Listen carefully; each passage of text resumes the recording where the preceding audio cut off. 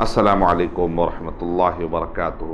سورہ انفطار میں یہ بتا دیا گیا کہ ابرار اور فجار یہ دو کیٹیگری میں قیامت میں لوگ بن جائیں گے، اور اس کے اندر یہ بتا دیا گیا کہ انسان تجھے کس چیز نے دھوکے میں ڈال دیا ہے رب کریم سے، تو انسان کو بہت ہی لطیف پیرائے میں، بہت ہی ہمدردی کے پیرائے میں پھر سمجھا دیا گیا، اور اس کو پھر جنت اور جہنم کی دھمکی اور جنت اور جہنم کا منظر بتا کر جہنم کی دھمکی دے کر اس کو سمجھا دیا گیا۔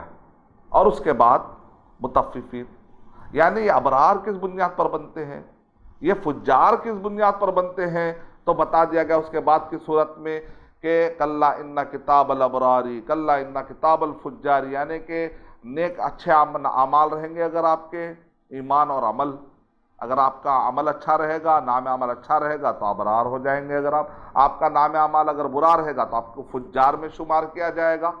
تو دیکھا آپ نے ابرار اور فجار کے تفصیل، اور سورہ مطففین کو بعد نے مدنی صورت کا، بعد نے مکی صورت کا، لیکن مصحف مدینہ کے حساب سے اس کو مکی صورت کہا گیا، اور اس کے اندر اخلاقیات کا بھی سدھار ہے۔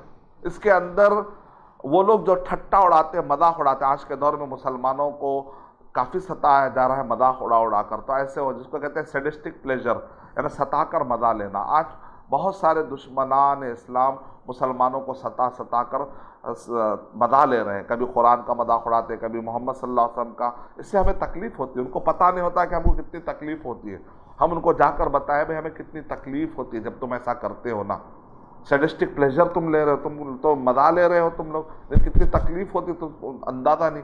یہ بتانا مسلمانوں کی ذمہ داری ہے کہ دعوت کا کام کرے، اور ہر غیر مسلم ہر کچے اور پکے مکان میں جا کر قرآن مجید سمجھائیں ان کو کہ بھئی دیکھو کیا ہے ہمارا پیغام، ہمارے پیغام یہ ہے اور یہ نہیں ہے، میڈیا کے بعد گوشے جو بتاتے ہیں نا ویسا نہیں ہے، ایسا ہے۔ ہر ایک کو بتانے کی آج ذمہ داری ہے تاکہ غلط فہمیاں دور ہو اور لوگ جہنم کی آگ سے بچے۔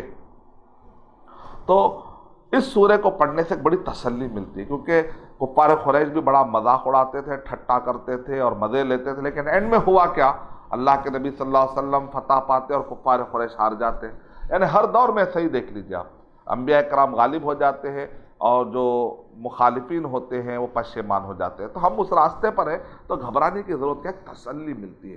ہم اللہ تعالیٰ سے دعا کرتے ہیں کہ اللہ سبحانہ و تعالیٰ مجھے اور آپ سب کو یہ توفیق عنایت فرمائے کہ ہم مختصر طریقے سے سوروں کے بارے میں کچھ نہ کچھ معلومات اپنے ذہن میں رکھیں۔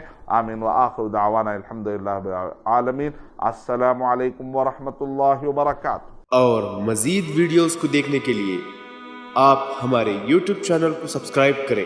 فجزاکم اللہ خیرا۔ الدعوة نور وضاء تجلو ظلمات الحيران، منهج خير الناس جميعا لا يبلى عبر الأزمان. الدعوة نور وضاء تجلو ظلمات الحيران، منهج خير الأزمان. فالحكمة تكسو